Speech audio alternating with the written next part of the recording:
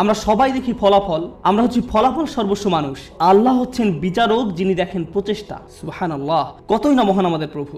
কেউ তোমার প্রচেষ্টার মূল্য দিবে না এক আল্লাহ ছাড়া, সুতরাং কখনোই তোমার প্রচেষ্টাকে খাটো করে দেখবে না।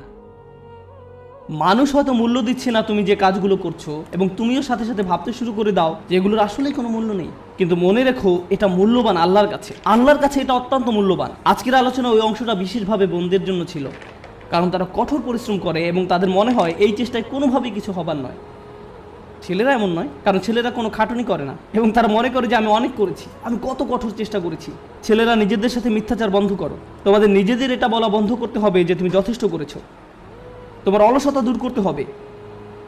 ভাইরা, শয়তান তোমাদের ধ্বংস করে দিচ্ছে, সে তোমাদের ধ্বংস করছে।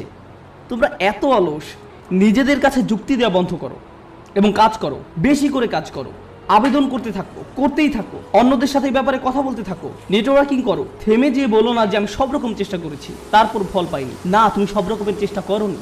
উদ্যম হারিও না, এটা করা তোমাদের শিখতে হবে। তোমরা তোমাদের বোনদের কাছ থেকে শেখো। তারা হলো একটু একটু অপেক্ষা করো, আমি তোমাদের ব্যাপারেও বলবো। কিছুক্ষণ পরেই তোমরা আর খুশি হবে না। তোমাদের সমস্যা কি জানো? সুখের সন্ধানের কথা এখন ভুলে যাও। তোমাদের সমস্যা হলো তোমরা সর্বদা নিজেদের ব্যাপারে অনিশ্চিত। তোমরা সবসময় ভাবছো আমি যথেষ্ট নই বা আমি হিসেবের মধ্যেই নেই। হাততালি থামাও। তোমাদের ব্যাপারগুলো সহজভাবে নিতে হবে। তোমাদেরকে বলছি না, তোমাদের এমনিতেই সব কিছু যথেষ্ট। হালকাভাবে নাও। মাশাআল্লাহ, মাশাআল্লাহ। অপরপক্ষে তোমাদের শান্ত হওয়া দরকার। আমার এমন বন্ধুদের সাথে দেখা হয়েছে যারা ইসলাম নিয়ে পড়াশোনা করছে, তারা কোরআন শিক্ষা করছে, কিন্তু আমার এখনো সব শব্দ শেখা হয় নাই। হ্যাঁ, ঠিক আছে ঠিক আছে আন্টি, শান্ত হন। আপনার সব মুখস্থ হয়নি।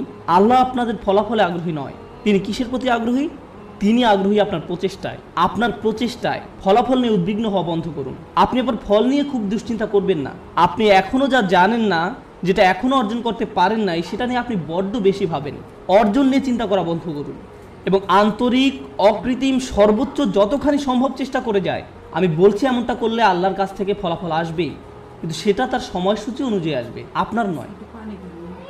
দুইজন মানুষ একদম একই পরিমাণে চেষ্টা করবে, কোনো একজন দেখা যাবে তার চেষ্টার ফলাফল নগদে পেয়ে যাবে, এবং কাউকে বছরের পর বছর অপেক্ষা করতে হবে সমানভাবে ফল পাওয়ার জন্য। এটা আল্লাহর হাতে।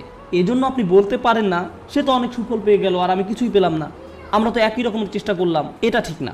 না না না, এটা পুরোপুরি অন্যায্য। কারণ সেই হিসেব আল্লাহর কাছে ন্যস্ত, এবং আল্লাহ শুধু এটাই দেখতে চেয়েছেন যে আপনি কতটা চেষ্টা করেন। ধরুন দুজন মানুষ একদম একই পরীক্ষা দিল। আমার ক্লাসে এমনটা ঘটেছিল। তারা একদম একই পরীক্ষা দেয়। একজন অনেক বেশি পরিশ্রম করে, সে দিন রাত সারাক্ষণ পড়াশোনা করে। এই প্রোগ্রামে আসার আগে সে আমার বন্ধু ছিল, আমরা দুজন বন্ধু ছিলাম। আমি এখন তার শিক্ষক এবং আমি তাকে বলছি যে চলো ঘুরতে যাই। না, আমাকে পড়তে হবে। আমি তোমার শিক্ষক? না না, আমাকে পড়তে হবে, পরীক্ষা আছে। আমি তোমার পরীক্ষা সহজ করে নিব, আমি তোমাকে অতিরিক্ত ক্রেডিট দিব। না, আমার পড়া আছে। এই মানুষটা দিন রাত দিন রাত দিন রাত পড়াশোনা করে। আমি জানি যে সে